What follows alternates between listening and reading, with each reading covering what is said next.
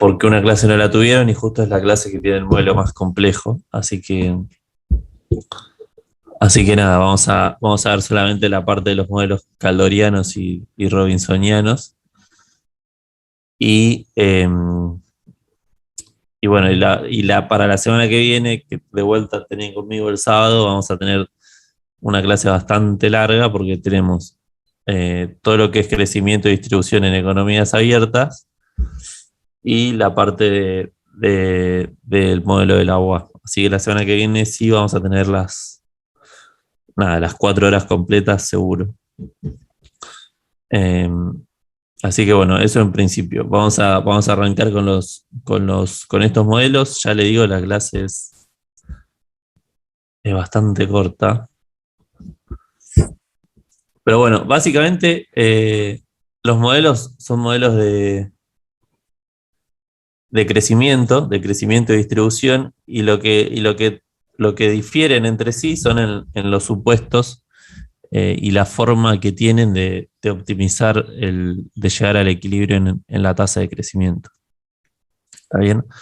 Eh, la principal característica de los modelos taylorianos y robinsonianos es que trabajan siempre con pleno uso de la capacidad instalada, ¿no? Con pleno empleo en el capital, si se quiere.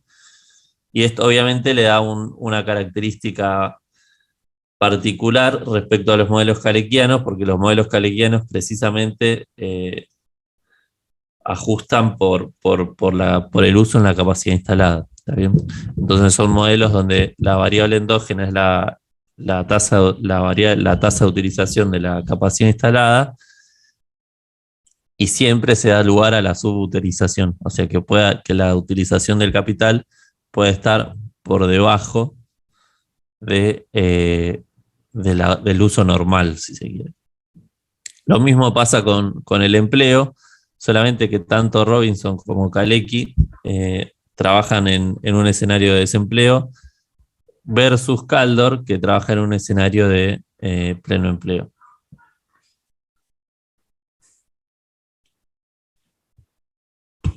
Como les decía, en el modelo de Kaldor y Robinson, son modelos muy sencillos. Les repito, son igualar ecuaciones y despejar parámetros. Entonces tenemos, en el modelo de Kaldor y Robinson, tenemos plena utilización de la capacidad instalada, salarios nominales que están dados, para que lo voy a ver.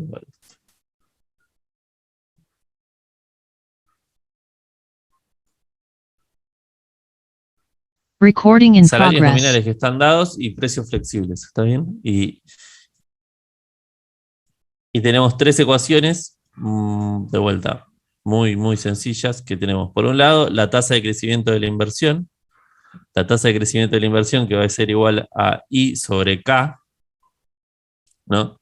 De manera tal que va a tener esta forma funcional, en la cual tenemos un componente autónomo en la inversión y una relación positiva respecto a la tasa de interés. Y después tenemos la tasa de crecimiento del ahorro, que es una proporción también de la tasa de interés. ¿Está bien? ¿De dónde surge el equilibrio? Bueno, del punto en el cual se igualan ambas curvas, ambas con pendiente positiva, pero se van a igualar en un punto, y de ahí se resuelve el modelo. De vuelta, es bastante sencillo. O sea, solamente tienen que sustituir CR acá y esto en esta parte. O sea, les queda A más BR igual a CR, A es igual a CR menos BR, hace factor común y te queda R asterisco, te queda A sobre S menos B. Lo mismo, pero utilizándolo en la otra ecuación, nos queda que la tasa de crecimiento de equilibrio es igual a más AB sobre S menos B. ¿Está bien? Acá ya tenemos la tasa de interés real de equilibrio y ¿Quién me está mandando?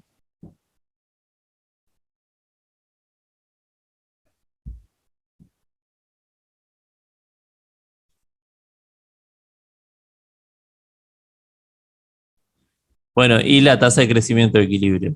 ¿Está bien? Acá tienen las dos variables endógenas que en el óptimo.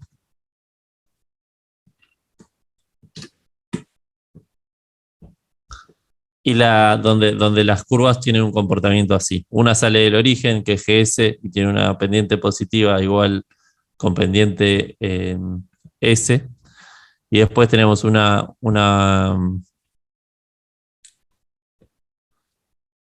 curva de inversión que tiene una ordenada al origen, o sea, tiene un componente autónomo en la inversión igual a A y después tiene una pendiente igual a B. ¿Está bien? Para que haya equilibrio, obviamente hay que garantizar que la pendiente de GI sea menor a la pendiente de GS, porque si no esto iría así y serían divergentes. Es más o menos lo mismo que esto, donde ese menos B es necesario para garantizar una tasa de beneficios positiva. O sea, se necesita que ese menos B sea positivo, o lo que es lo mismo, que B sea menor que S. Porque si no tenés, si B es mayor que S, esta pendiente es más grande y nunca hay equilibrio, o sea, nunca se cruzan las dos curvas. O sea, se cruzan, pero en valores negativos que no tiene sentido.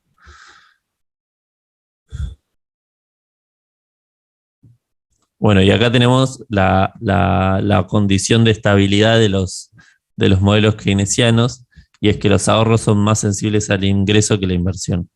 La inversión suele ser más constante, por lo menos respecto al, al ingreso de las personas, y, eh,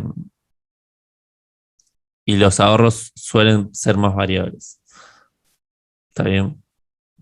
Es lo mismo que pasa con el consumo. El consumo suele ser más estable y lo que varía es el ahorro. Como el ahorro es el complemento del consumo, si el consumo es relativamente más estable que el ingreso, bueno, el ahorro es lo que le da la inestabilidad. Bueno, entonces esto cumple con la estabilidad que requieren los modelos keynesianos, en el sentido de que en todos estos modelos de Kaldor, los, los ahorros son más sensibles a la inversión. Si quieren ir a las estáticas comparadas, nos vamos a encontrar con estas, son todas bastante sencillas. Hay una sola que tiene una complejidad económica, que les voy a preguntar a ver si se dan cuenta cuál es. Pero uno es, bueno, ¿cómo varía la renta cuando varía la tasa de ahorro? ¿Está bien? Estos están explicados en el texto. ¿Ustedes leyeron el texto? Sí, me imagino que sí, porque tuvieron el test recién. Pero bueno, acá hay una de estas que no tiene mucho sentido económico, que ¿cuál es? A ver si lo saben. No tiene sentido, no es que no tenga sentido económico, porque ustedes después dicen que las cosas no tienen sentido económico. No tiene sentido en los términos en los que estamos estudiando el modelo y en la tradición del modelo. ¿Está bien? O sea, en la tradición conceptual del modelo. Estos son modelos keynesianos. Los modelos keynesianos tienen ciertas características. La pregunta es, dentro de la lógica de los modelos keynesianos, hay una de estas estáticas comparadas que al menos genera controversia. ¿Se dan cuenta cuál es o no saben cuál es? ¿Decís que el signo no tiene sentido o que no Claro, tiene... el Ah, signo, el signo va en contra de lo que debería decir un modelo keynesiano.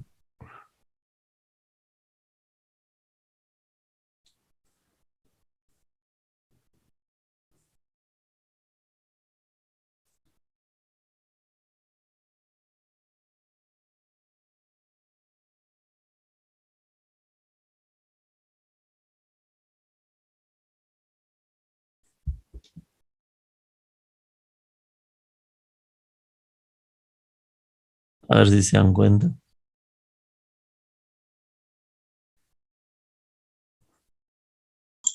Profe, a mí se me ocurre algo, no quiero decir una burrada muy grande, pero No, no, no hay problema. Digan por lo lo que que quieran. entiendo, la primera te está dando la derivada de la tasa de interés respecto del ahorro, ¿puede ser?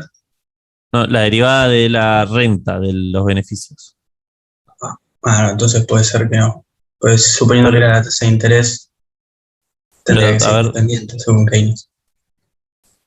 Por eso. no, no, Pero, no, es otra cosa. Tiene que ver con el rol del. Piensen que, a ver cómo se los puede decir.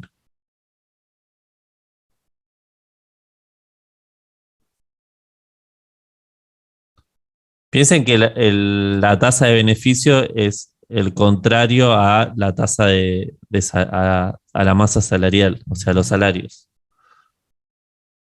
No la masa salarial, sino los salarios.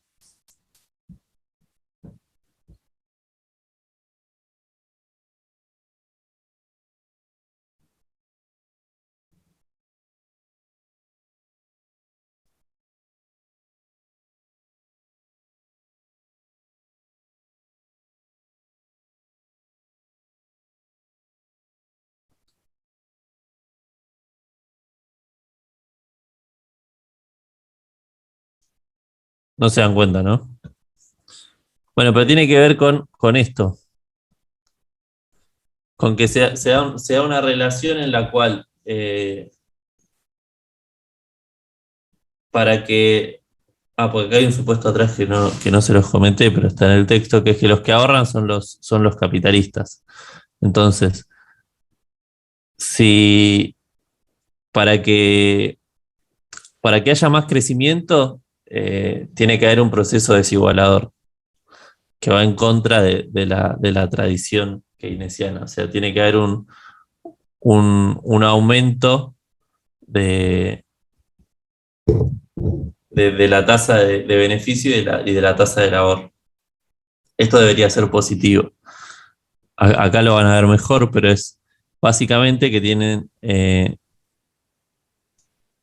que para que haya un proceso igualador tiene que haber una caída en la tasa de crecimiento. Se tiene que dar un proceso de caída en la tasa de beneficios.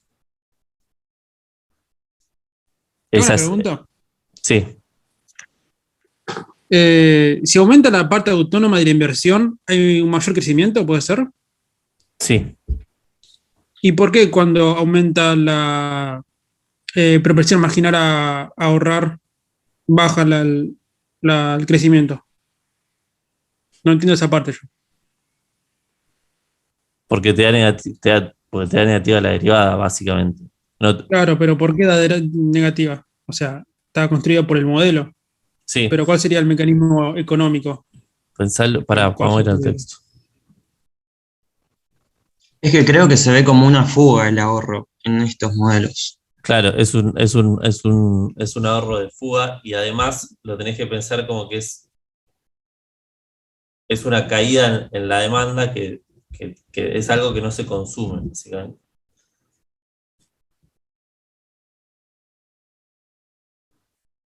Que te frena te frena te frena que es para que estoy buscando el texto. Bueno, ustedes los dejo acá, para que voy a ver si lo tengo abierto.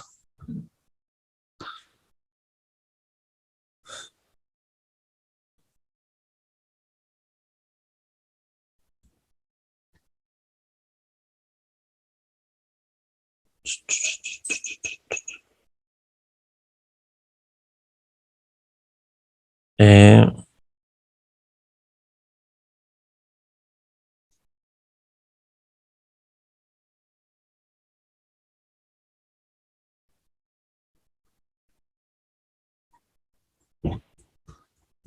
ustedes trabajaron con el texto de Stockhammer, ¿sí, no?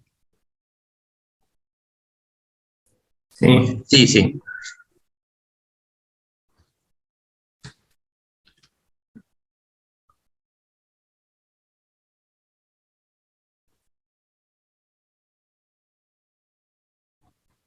Ah, lo vieron con Demian.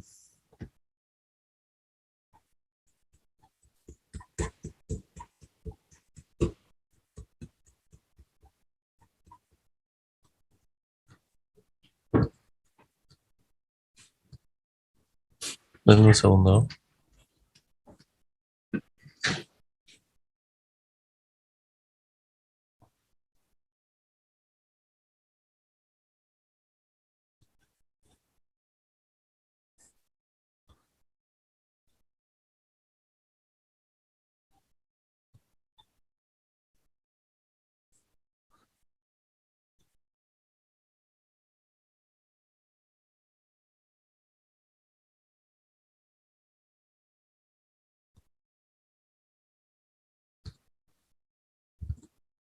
Bueno, para les comparto esto y lo analizamos juntos.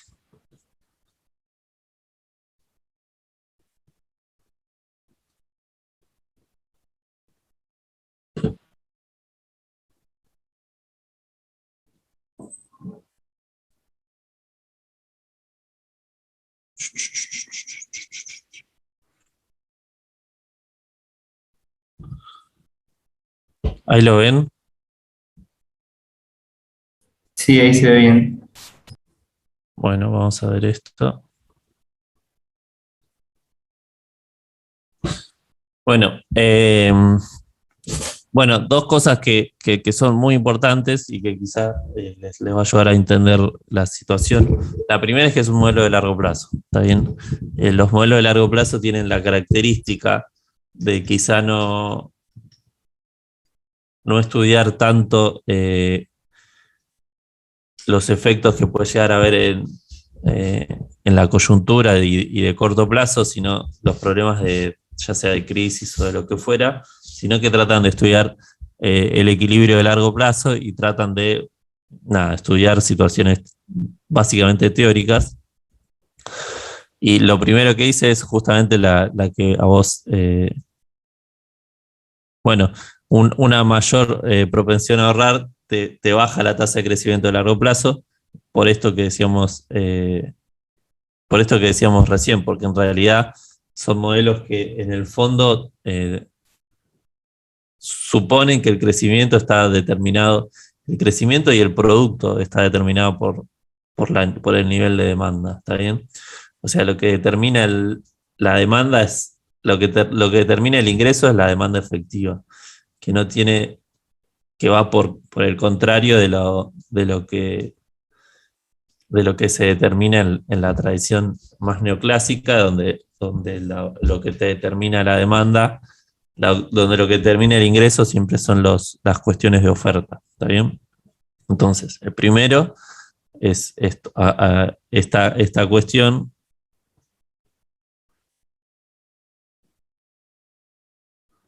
que está acá, ¿está bien? Y después,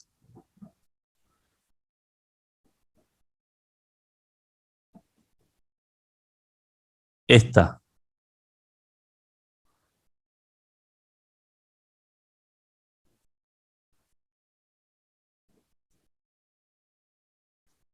Esta es lo único que hace ruido. Que los mayores, el mayor crecimiento se da con salarios más bajos. ¿Está bien? Entonces, el proceso de crecimiento es desigualador. Esa es quizá la mayor crítica, que es justamente la crítica que le va a hacer Kalecki al modelo de Kaldor.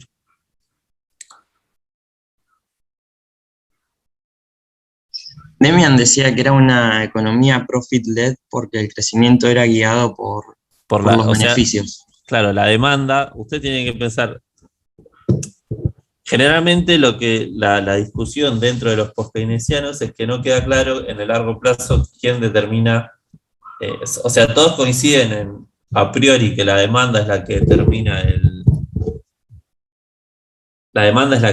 la tasa de crecimiento a largo plazo, pero lo que no coinciden, y generalmente las discusiones vienen dadas por cuál es el componente de la demanda que lidera ese crecimiento. Claro, si es la inversión o el consumo. Claro, si es la inversión o el consumo o algún componente autónomo, que eso sería más la línea raffiana. Componente autónomo me refiero a la inversión autónoma o el Estado las exportaciones. ¿Vale? Pero bueno, también hay toda una literatura que habla de que lo que lidera el crecimiento a largo plazo para que sea sostenible y un montón de cosas, tienen que ser, la única posibilidad es que sean las exportaciones. Y ahí es cuando están todas la nueva literatura export-led y todos esos trabajos.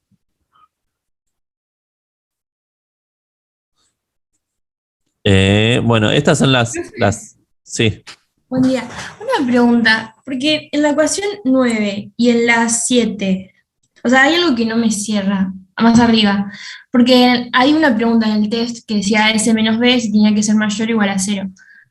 Y por ejemplo, en la 7 parece que es negativa, pero en la 9 parece que es positiva. No, para. S menos B es positiva, para arrancar. Entonces ahí el signo está mal, entonces. S menos B tiene que ser positiva por lo que decíamos.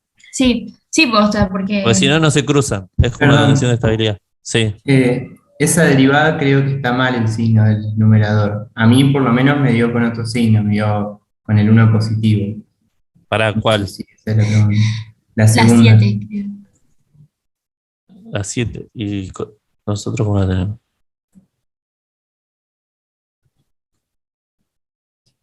Para la 7, la derivada de R respecto a es positiva. Este menos 1 no existe. Ah, ok, sería un más 1. Es como están las filminas, claro, es positivo. Ah, listo. A ver. Gracias.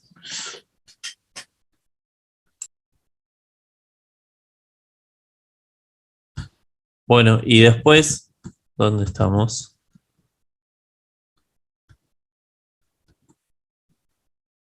¿Alguna duda más de esto?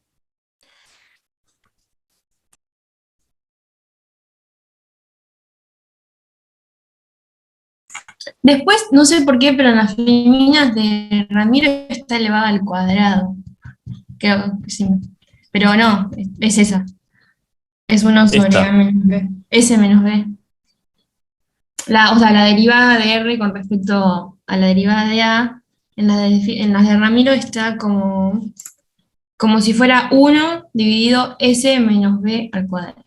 No, es 1 dividido S menos B, sin Ok. cuadrado. Le habrá quedado el denominador de las otras, pero es sin cuadrado.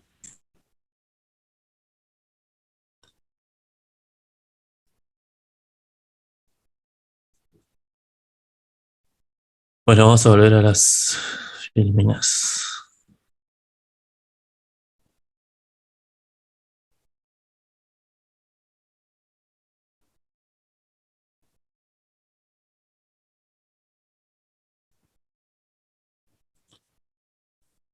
Bueno, tenemos de vuelta esto. Supongan que están acá, ¿no? Este es el equilibrio inicial, donde tenemos una tasa R, que es la tasa de beneficios, y una tasa G. Para aumentar la tasa de crecimiento a largo plazo, necesitamos más renta para el capital. Entonces ahí es donde ves lo que decía el compañero recién, que son modelos export-led, no, que son modelos profit-led, porque están la demanda, la forma que tenemos de generar más demanda y mayor tasa de crecimiento es a través de una mayor renta para el capital y menores salarios. ¿Está bien? Si tomamos que el salario es complemento de la tasa de ganancia, bueno, entonces necesariamente mayor renta para el capital necesita complementariamente ser acompañado por menores salarios para los trabajadores.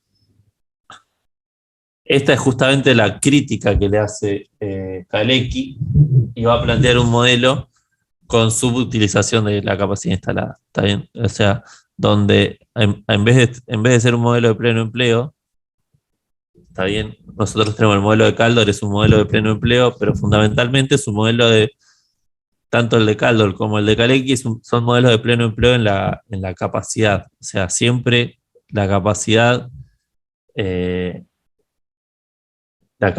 del capital está en su plena utilización, ¿está bien? Entonces, esto es lo que va a criticar Kalecki, va a decir, ustedes están partiendo de este supuesto, y fíjense que cuando estos supuestos se levantan, básicamente los resultados son completamente distintos. Entonces acá y otro resultado importante que le hace es que en el modelo de Kalecki, la distribución pasa a estar dada, también pasa a ser exógena. En el resultado de Caldor, la distribución es un resultado no de mercado, porque no hay un intercambio de mercado, pero sí es un resultado endógeno. O sea, se da que la tasa de beneficio pasa de cierta forma a quedar como un resultado endógeno, sin ser un resultado de mercado. No estoy diciendo que sea un resultado de mercado, pero sí que es un resultado que se resuelve dentro del modelo. Y en el caso de Kalecki va a decir, bueno, no, vamos a partir de una distribución exógena, más en línea con toda la tradición post-keynesiana. Entonces, la distribución del ingreso está dada, la formación de precios a través de un markup fijo, la tasa de crecimiento de la economía depende negativamente de la participación de los beneficios en el producto. Acá es justamente para lidiar con lo que había planteado Caldor. Acá claramente hay una postura desde ya, o sea, desde la formulación del modelo, en el cual te das cuenta que la tasa de beneficio no va a tener una relación positiva ante la tasa de crecimiento, sino más bien lo contrario. Y que el componente que va a tomar un rol preponderante van a ser los salarios. Fíjense que el modelo es muy similar, literalmente muy similar. Lo único que se agrega es un componente, que es donde pi es la tasa de utilización Z es la tasa de utilización del capital y pi es la participación de los beneficios en el producto. Que no es lo mismo que el R anterior, ¿está bien? El R anterior es la tasa de ganancia. La tasa de ganancia es R sobre K, ¿está bien? Y acá pi es R sobre I.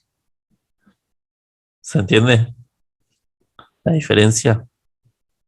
Sí, me imagino que sí. Pero bueno, y después tenemos la tasa de crecimiento del ahorro es igual a S por pi por Z. ¿Está bien? O sea, la propensión marginal a ahorrar por la participación de los beneficios en el producto por el uso de la capacidad instalada.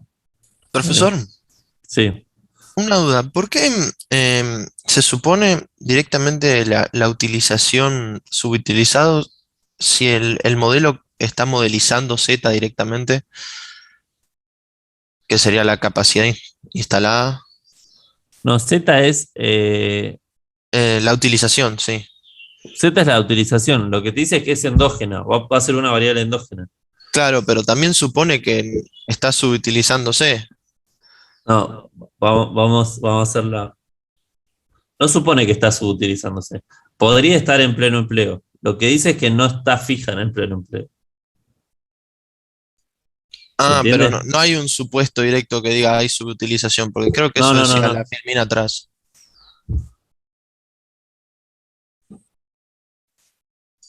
No, está bien. El comentario que vos decís está bien.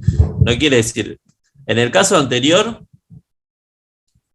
en el caso de Caldor, se supone que es una variable fija, entonces como tal ni está considerada en el modelo. ¿Está bien?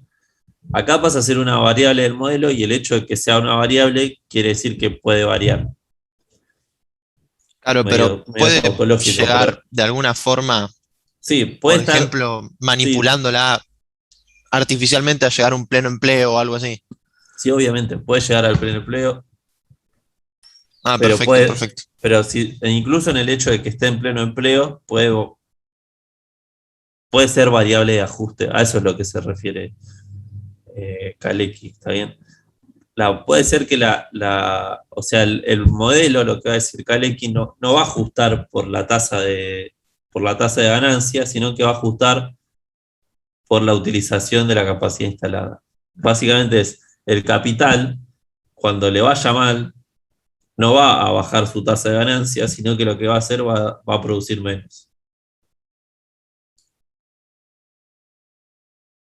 ¿Está bien? O Claro, sea, porque en el test de lectura preguntaba esto, si en el modelo calequiano se introducía un supuesto de la utilización de la capacidad. Decía que era pleno empleo, subutilización o que no había. Yo lo pensé desde el punto que si es una variable endógena, no va a tener un supuesto una variable endógena, porque no, supuestamente lo está modelizando. sí, el supuesto es que es una variable y como tal puede haber, como Claro, pero no, tal, no sería un supuesto decir que hay una subutilización del capital. eh, entiendo el punto que decís. Para mí el supuesto es que permitís la subutilización. Claro, el caso que en las opciones decía había total uso de la capacidad instalada, subutilización o no hay supuesto. Y yo lo pensé que como si lo estás modelizando no tendría sentido limitarla. Pero bueno, puede ser que haya, como la filmina anterior dice eso. Sí, sí, entiendo el punto que decís. Es muy fino, eh, hasta te diría, en cierta forma, hasta si vamos a ese punto, hay que corregir la filmina, pero yo reitero el punto. O sea, lo que hace lo que hace Kalecki es decir, eh, no sé si decir, nunca, no va a decir siempre va a haber subutilización, nunca dice eso, sino que lo que dice es, existe la subutilización como fenómeno, existe puede haber equilibrio de subutilización, ¿se entiende? Claro, claro, perfecto. Y, Gracias. y- y te genera que el equilibrio se obtiene de manera distinta. ¿Por qué?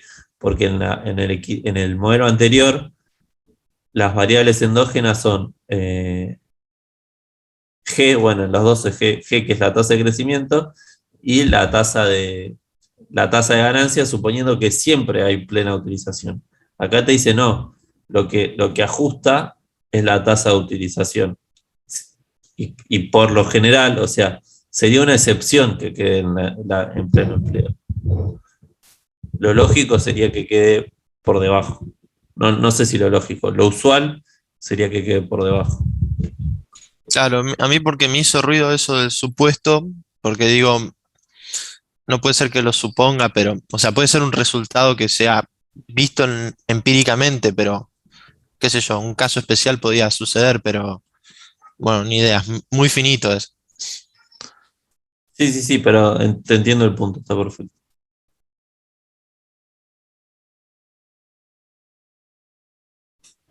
Bueno, y después tenemos la resolución de este modelo, que es bastante similar al anterior.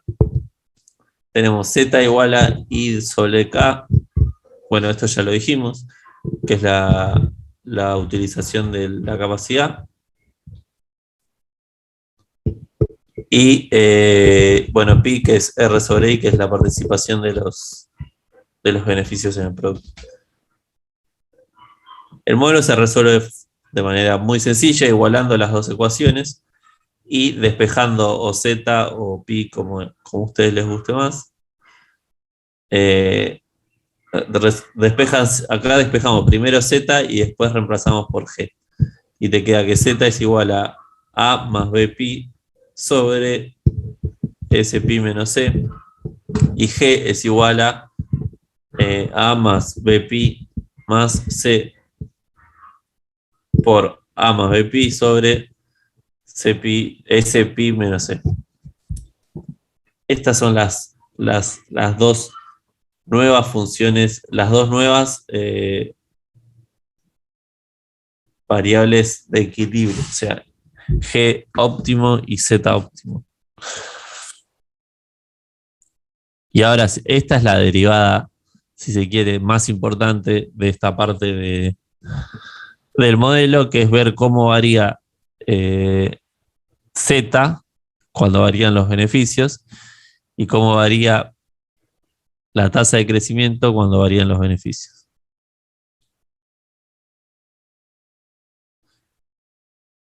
Y acá tenés, esta queda claramente negativa, ¿está bien? Perdón, me estoy quedando sin voz. Esta que es claramente negativa, por la construcción, traten de hacerla, pero de vuelta es una derivada bastante sencilla. Y van a llegar, si lo hacen así, que es derivada del cociente, sale muy fácil. Y les queda de esta forma, de manera tal que los dos términos son negativos por cuando simplifican. ¿Está bien? Simplifican y le quedan los dos términos negativos acá, sobre S por pi menos C al cuadrado y todo esto. Y después tenemos la otra derivada, que es quizá la que le interesaba más a Kalecki, que es la derivada de la tasa de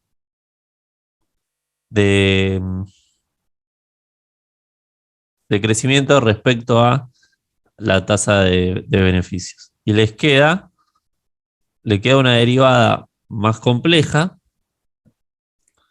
de esta manera, ¿no? Donde no tiene un signo claro y va a poder ser tanto positiva como negativa,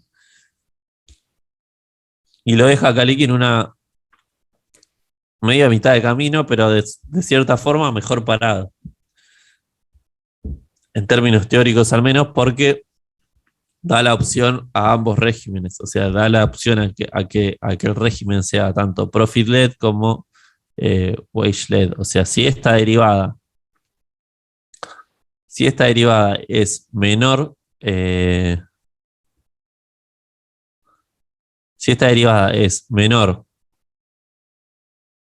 que 0, el régimen es wage-led, y si es mayor a 0, es profit-led. ¿Está bien? Si quieren, anótenselo, se lo vamos a tomar.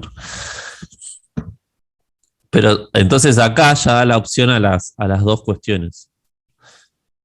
Da la opción a que sea a que sea tanto profit-led como wage-led. Acá va a decir lo mismo.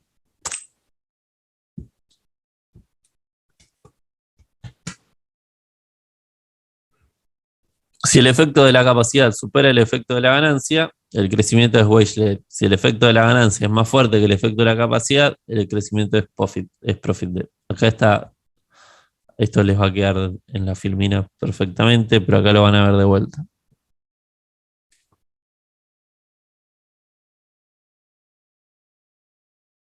En este caso, tenemos el comportamiento wage-led,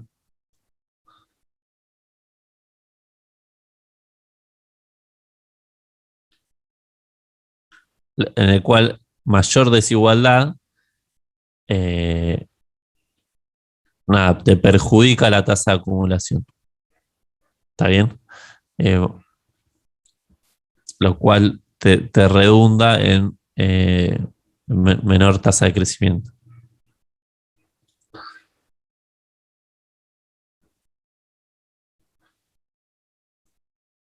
Acá lo mismo, menor propensión a ahorro, vos partís de un punto de equilibrio como este, menor propensión a ahorro te genera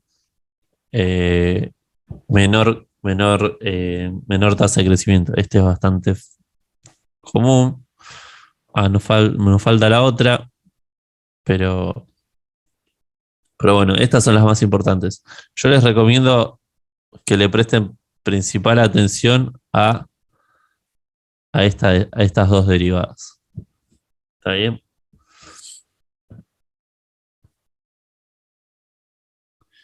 Bueno, y ahora vamos a presentar este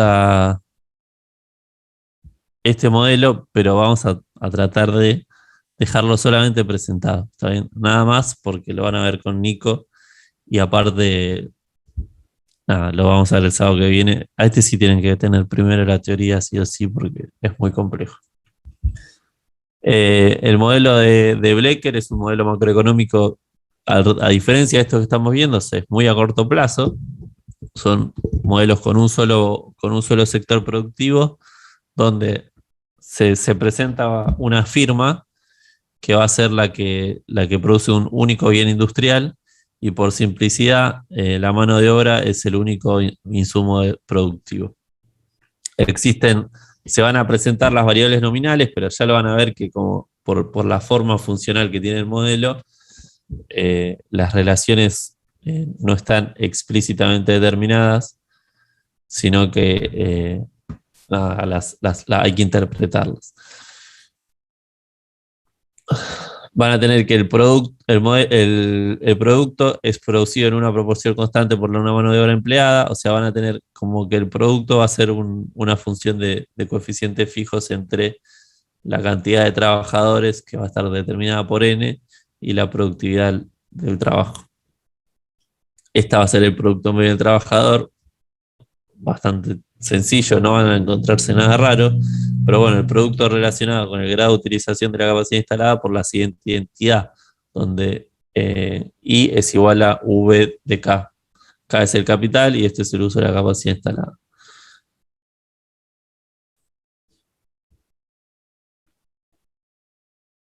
El ingreso nacional o producto se divide en salarios, beneficios y los impuestos, ¿está bien? Con la participación de los salarios después de impuestos es definida por la siguiente identidad, que les va a quedar definida de esta forma.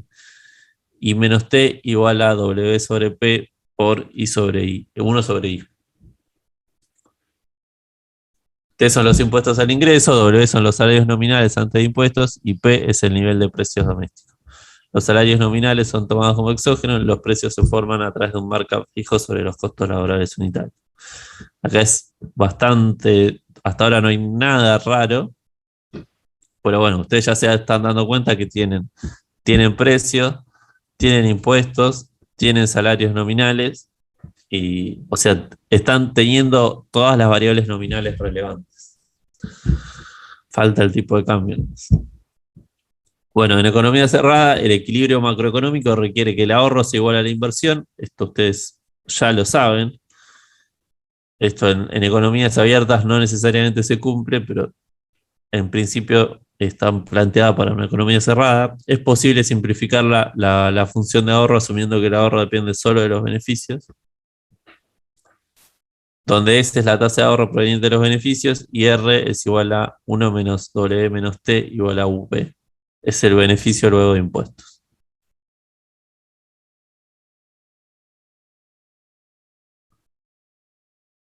Bueno, y acá tienen la demanda de inversión. También la demanda de inversión, de vuelta, tiene un componente autónomo. Fíjense siempre que las demandas de inversión a veces tienen componente autónomo y otras no. Y generalmente los resultados cambian si tienen o no componente autónomo. Pero bueno, por ahora todas las que vimos tienen componente autónomo.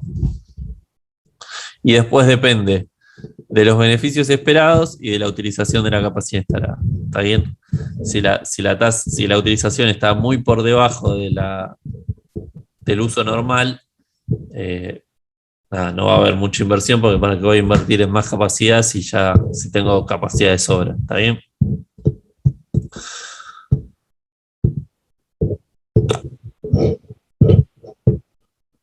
Pero esto no tiene mucho sentido.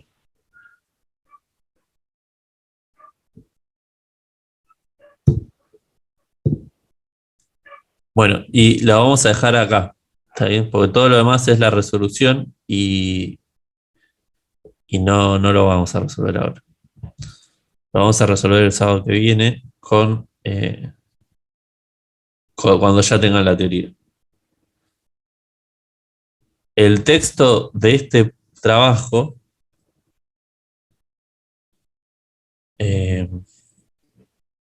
no sé, esperen que voy a revisar si está cargado.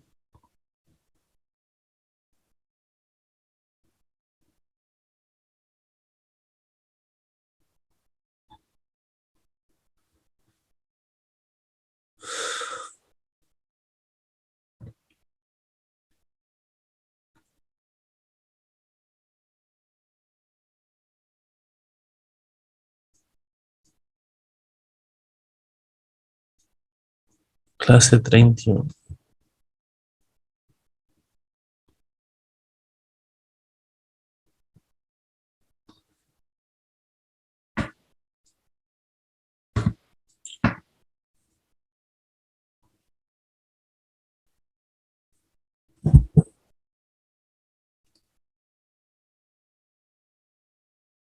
Ahí voy, ¿eh?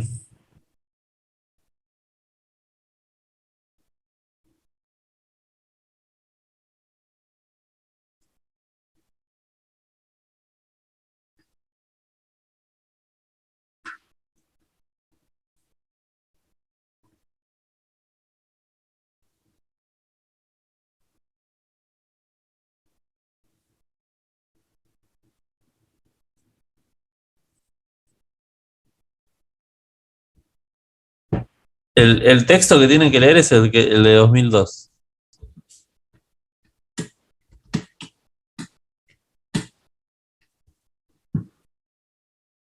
¿Está bien? El de 2002 es el que es este.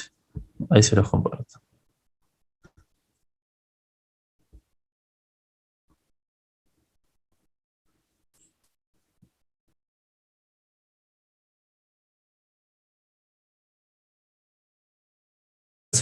Con Nicolás, creo que la tienen el viernes. Y bueno, y después el sábado resolvemos el modelo juntos. Porque es más complejo que los que venimos trabajando. ¿Está bien? Así que bueno, los dejo por hoy. Fue una clase más corta, pero la semana que viene va a ser